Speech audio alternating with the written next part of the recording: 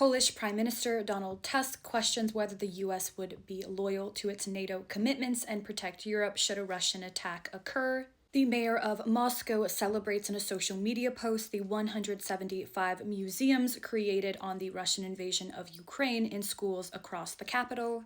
According to state-owned polling, President Putin's approval rating declines for the 7th week in a row, and there's been a major step for Montenegro in its accession to the EU process. I'm Sophia Marie. I'm a graduate of Georgetown and Oxford, and I did my master's in Russian and East European Studies. I do a daily news segment on news of the Russian, East European, former Soviet space. Let's get into it.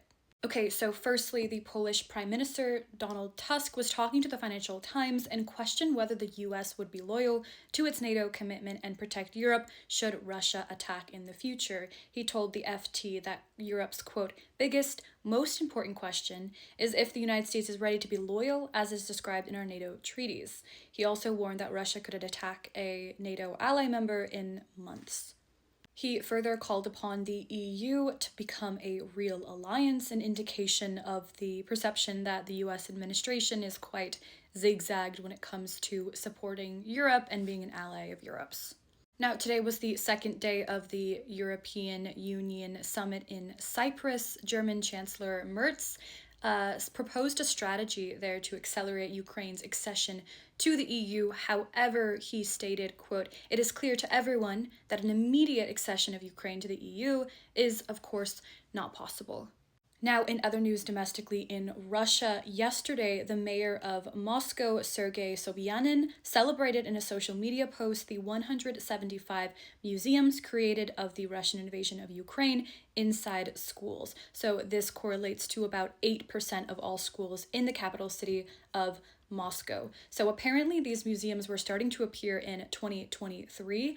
However, they were more confined to towns and villages in poorer regions of Russia, where obviously conscription and military recruitment is like super high and super pushed. However, now we see this coming into the capital city itself and widespread.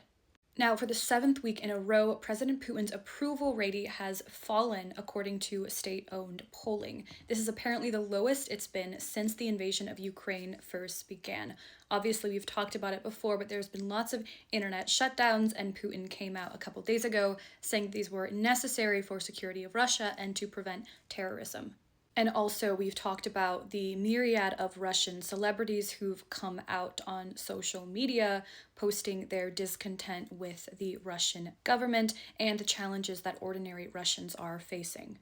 Now, lastly, this week, 2 days ago, April 22nd, the EU made a decision unanimously decided by all 27 EU member states to establish a working group to draft an accession treaty with Montenegro. So Montenegro's former Minister of European Integration spoke to the Balkan Insight, calling this, quote, a very strong political and institutional signal that Montenegro has entered the most advanced phase of negotiations with the European Union. So far, Montenegro has closed 14 out of the 33 chapters needed in order to be able to fully join the EU. It is the most advanced candidate by far currently. That's it for the news today. Thanks so much for watching. Make sure to like and subscribe, and I'll see you tomorrow.